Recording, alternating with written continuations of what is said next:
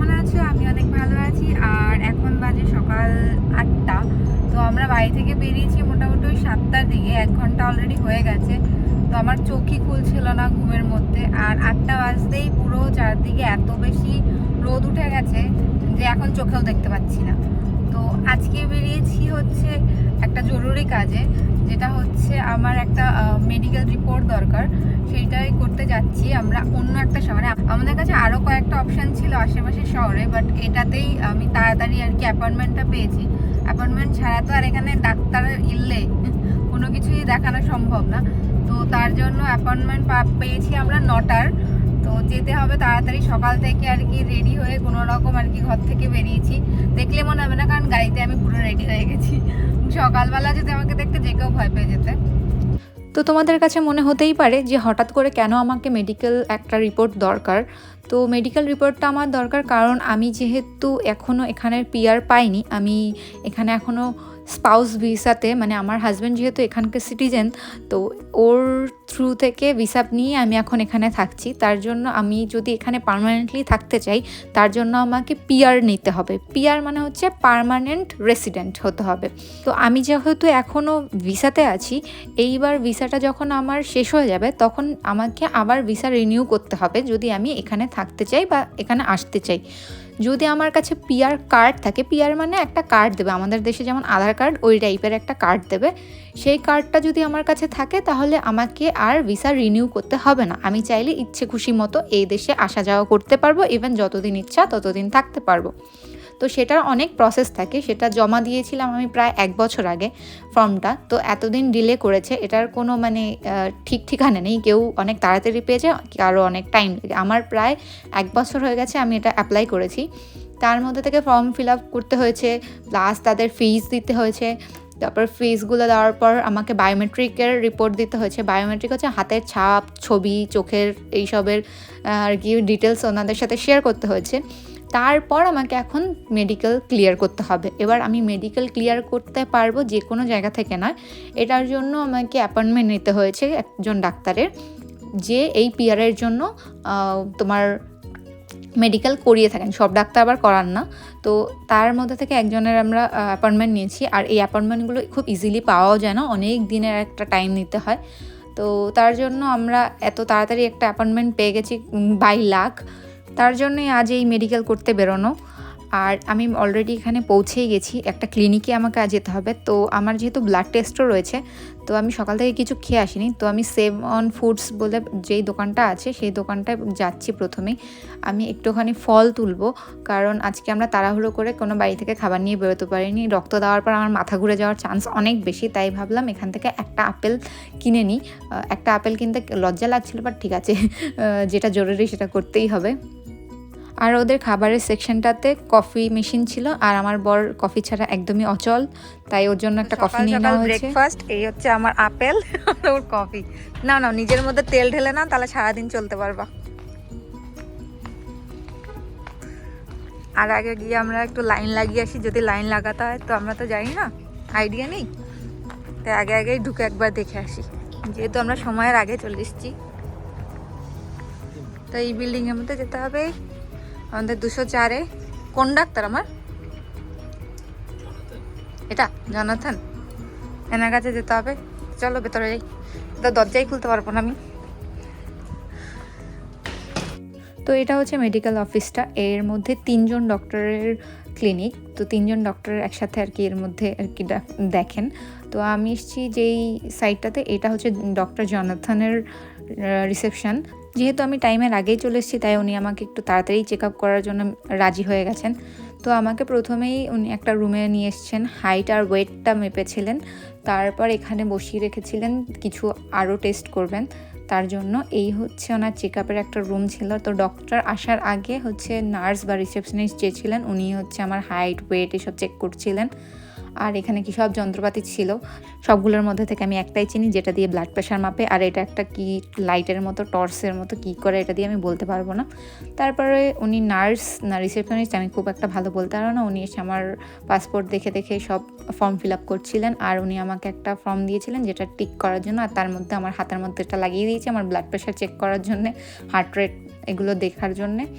তো তারপর ওখান থেকে আর একটা রুমে নিয়ে আসেন, যেখানে আমি ডাক্তারের জন্য অপেক্ষা করছিলাম। এখানে আমাকে ডাক্তার নিজের হাতে ম্যানুয়ালি চেক আপ করবেন। এখানে একটা মজার জিনিস দেখেছি, দেখো লেখা আছে যদি ডাক্তার আসে আর তুমি অ্যাপয়েন্টমেন্ট মিস করো তাহলে তোমাকে $45 দিতে হবে ডাক্তারকে। ঠিক আছে, ডাক্তারের কত সময়ের দাম, $45 যদি 60 দিয়ে কনভার্ট করি তাহলে 2-3 হাজার টাকা দিতে হবে এক্সট্রা আমাকে। অ্যাপয়েন্টমেন্ট ফি তো নেবেই নেবে, এটাও নেবে। তারপর ডক্টর এসে গেছেন, উনি আমাকে 101টা কোশ্চেন করেছেন। কোশ্চেন করার পর আমাকে উত্তর দিতে হয়েছে সব। তারপর উনি জানতে চাইলেন আমার ব্যাকগ্রাউন্ড কোনো আর কি রোগবালি আছে কি না। তো যাই হোক, আমাদের এরকম একটা কাগজ দিয়েছে আর এখানেই যেতে হবে এখন। এখানে এক্স রে আর ব্লাড টেস্ট করতে যেতে হবে। আর এখানে হচ্ছে ডাক্তার বাকি সব এক গাদা চেক আপ করলো নিজের হাতে করে, তারপর এখন আমাদের এখানে পাঠাচ্ছে। এই দুটো করলে তারপর আমার আজকের মতো মেডিকেল ডান। তারপর 10 দিন পর উনি রিপোর্ট দেবে যে আমি মেডিকেলি ফিট কিনা এখানে থাকার জন্যে। তো সেটা পেয়ে গেলেই আমাকে সরকার তারপর এখানে থাকার পারমিশন দিয়ে দেবে। তো এখন এখান থেকে এখানে যাব। এখান থেকে কতক্ষণ লাগবে যেতে? 10 মিনিটের মতো লাগবে। আর এখানে এক্স রে করতে আমার লাগবে $100 মানে 6000 টাকা। আর এটা কি ব্লাড টেস্ট করতে লাগবে হচ্ছে $78। এবার $78 4000 টাকার মতো। 4000 টাকার ব্লাড টেস্ট করা হয় আর 6000 টাকা মানে 10,000 টাকার এক্স রে আর কী বলে এটাকে ব্লাড টেস্ট করাতেই যাবে। তাছাড়া এখানে তো নিয়েইছে উনি টাকা, ডাক্তার দেখবে আর টাকা নেবে না। এখানে কত টাকা নিয়েছে? এখানে $250 হিসাব করলে 12,000 13,000 14 15,000 টাকার মতো আমার ব্যাগে। তো 15,000 টাকা লেগেছে ওনাকে শুধু আমাকে ধরে ধরে চেক আপ করার জন্য। বাকিতে আরও বাকি আছি। তো চলো এবার এগুলো করাই। এগুলো আজকে না করালে তাহলে আমাকে আর এখানে থাকতে দেবে না। একটা কথা মানে না বললেই পারছিলাম না, এটা জানি না বলাটা ঠিক হচ্ছে কি না। আমি আসার পর এখনো অবধি এই জিনিসটা আমার ফিল হয়নি যে আমি যেহেতু বাইরে থেকে এসেছি এখানের লোকেরা সেই রকম আমাকে কখনো ট্রিট করেনি। কিন্তু আজকে এখানে যখন ডাক্তার দেখাতে এসেছি তো তখন আমার এরকম একটা ফিল হলো। রিসেপশনিস্ট তো মানে হয় এরকম টাইপের যে একটু রুড়ো কথা বলে, একটু রেগে কথা বলে আর একটু পাত্তা কম দেয়। কিন্তু উনি একেবারে স্পষ্টই বুঝিয়ে দিচ্ছিলেন যে তোমার পিয়ারের জন্য করে দিচ্ছি, তোমার কপাল ভালো, তুমি করলে করো, না করলে এখান থেকে যেতে পারো। মানে এইরকম টাইপের একটা বিহেভিয়ার ওনার ছিল। রিসেপশনিস্টের ছিল তাও আমি মেনে নিলাম যে ঠিক আছে এরা একটু এরকম টাইপেরই হয়। কিন্তু সত্যি কথা ফ্র্যাঙ্কলি আমার এক্সপেকটেশন ছিল যে ডাক্তার হয়তো একটু মানে মিষ্টি ভাষা থাকবে। ডাক্তাররা সাধারণত কি হয় খুব মিশুকে টাইপের হয়। আমি এরকম টাইপের আজ পর্যন্ত ডাক্তার দেখেছি। তো ডাক্তারের মধ্যে অতটা ছিল না যতটা রিসেপশনিস্টের মধ্যে ছিল। কিন্তু আমার যেহেতু ইংলিশ এখনও প্রপারলি ভালোভাবে আমি বলতে পারি না, একদম ফ্লুয়েন্টলি এখনও বলতে পারি না।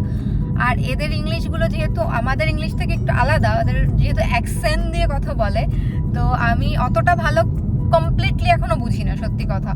তো আমার ইংলিশ হচ্ছে এখনও হচ্ছে আমাদের বাংলা টাইপের ইংলিশ। তো আমরা যখন ফর্ম ফিল আপ করেছি তখনই ওখানে লেখা ছিল যে তুমি ইংলিশ না পারলে তুমি তোমার ট্রান্সলেটার নিয়ে আসবে, তোমার দায়িত্ব সেটা। তো তখন ওখানে লেখা ছিল, মেনশন করা ছিল। তো আমি তখনই বলেছি যে আমি দেখো একে তো আমি ডাক্তার কাছে গেলে অনেক নার্ভাস হয়ে যাই, তো তুমি থেকো সঙ্গে। আমি ওকে নিয়ে গেছি এর জন্য টেনে টেনে সব জায়গায় ভেতরে, যেন ও একটু বুঝিয়ে ভালো করে বলতে পারে। একে তো ডাক্তার দেখে আমি ঘাবড়ে গেছি। তারপর উনি যখন আমার সাথে কথা কনভারসেশন করা শুরু করলো তখন ও বললো যে আমি ওর হয়ে ট্রান্সলেট করে দিতে চাই, কোনো কিছু মিস আউট না হয়ে যায়। ও বোঝে কিন্তু বলতে একটু অসুবিধা হয়। তখন ডাক্তারের যে বিহেভিয়ার ছিল মানে ইংলিশ জানো না তাহলে এখানে কি করতে এসছো, তো সেইটা খুব খারাপ লেগেছে। আর উনি একেবারে ডিরেক্ট ওখানে লেখাই ছিল, সেটা আমি জানি না মেনশন করার কি আছে, উনি বলেই দিলেন মুখের উপর যে আমি যখন রিপোর্ট সাবমিট করব তখন মেনশন করে দেবো যে ওনার ইংলিশে প্রবলেম আছে। তো যাই হোক, ওনার যেটা ভালো মনে হবে সেটাই করবে। অত ফ্লুয়েন্টলি নিশ্চয়ই কেউ ইন্ডিয়া থেকে আসলেই 1 বছরের মধ্যে ওনাদের মতো অ্যাকশনস দিয়ে কথা বলতে পারবে না। তো যাই হোক, তাহলে মেনশনই বা কেন করেছে ফর্ম ফিল আপের সময়, আর এখানে এসেই বা এটা কেন হলো আমি জানি না। তো যাই হোক, এটা একটু খারাপ লেগেছে। এবার দেখা যাক যে নেক্সট যে ল্যাবে যাচ্ছি তাদের কেমন বিহেভিয়ার হয়। মনে হচ্ছে পিআর দিচ্ছে না, ভিক্ষা দিচ্ছে। কেউ তোমাকে ভিক্ষা চাইছে না, আমরা অ্যাকচুয়ালি সবকিছু সাবমিট করে যোগ্যতা দেখিয়ে তারপরেই নিচ্ছি। এখানে ইনকামও আমাদের তরফ থেকেই আসছে, যেহেতু আমার বড় এখানে কাজ করে। তো জানি না ভিক্ষার কি আছে ব্যাপারটা।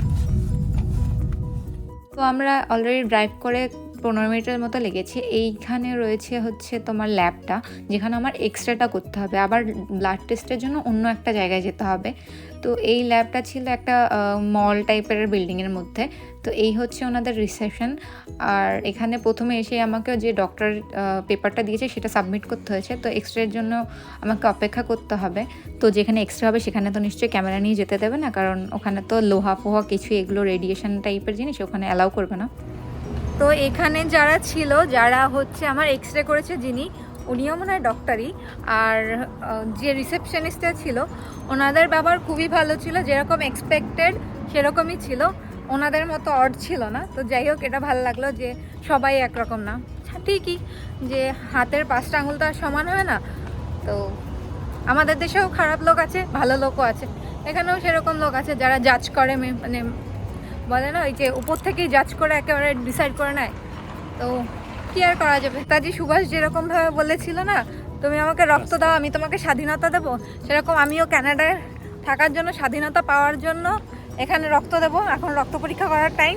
তো চলো 2 মিনিট হাঁটি, তারপর যাচ্ছি। আর আমি সানগ্লাস গাড়িতেই ভুলে এসেছি, তাই চোখে দেখতে পাচ্ছি না। যাই হোক, তো আমরা বহু হাঁটাহাঁটির পর, মানে 2 মিনিট হাঁটাহাঁটির পর পৌঁছে গেছি এই বিল্ডিংয়ে। দিদা এখানে কি করে? যাই হোক, লাইফ ল্যাবসে ওখানে যেতে হবে। চলো এবার যাই।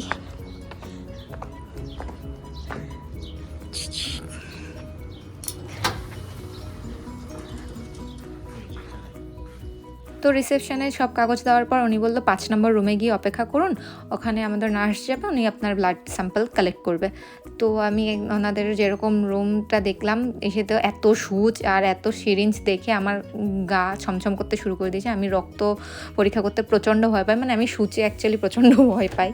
আমি জানি না কেন, এটা হয়তো সবার ক্ষেত্রে হয় না, বাট আমি প্রচণ্ড ভয় পাই। কারণ আমার রক্ত পরীক্ষা করতে গেলে প্রত্যেকবার একটাই প্রবলেম হয়, যে যখনই আমার রক্ত আর কি সিরিঞ্জ দিয়ে টানতে শুরু করে তখনই আর কি কখনো রক্ত ডিরেক্ট আসে না, রক্ত খুঁজেই পায় না প্রথমে কোথা থেকে নেবে। হাতের মধ্যেই প্রবলেম আছে আমার মনে হয়। তো উনি অনেক খোঁজাখুঁজি করছিলেন, তারপর উনি যেভাবে আর কি প্রসেস করতে করতে, আমি তো একবারও চোখ খুলিনি ভয়ের চোটে। আমি জানি যে কোনোভাবেই উনি রক্ত পরীক্ষা করতে পারবেন না আমার। এবার যদি স্বাধীনতা না দেয় আমি প্রোটেস্ট করব। আর আমি তো জানি আমার রক্ত কখনো খুঁজে পায় না, উনি তো গুতাগুতি করছে, আমার তো জীবন বেরিয়ে যাচ্ছে, রক্ত নিচ্ছে না। এর থেকে কিডনি চাইলে আমি তাড়াতাড়ি কিডনি দিয়ে দিতে পারতাম, অপারেশন করতেও টেরি পেতাম না। এবার এই রক্ত দিয়ে আমার শরীরে রক্তের অভাব না দেখা দিলে অনেক কিছুর অভাব দেখা দিয়েছে, খাবার, শপিং, সবকিছু। তো এবার হচ্ছে এগুলোর অভাব পূরণ করতে হবে।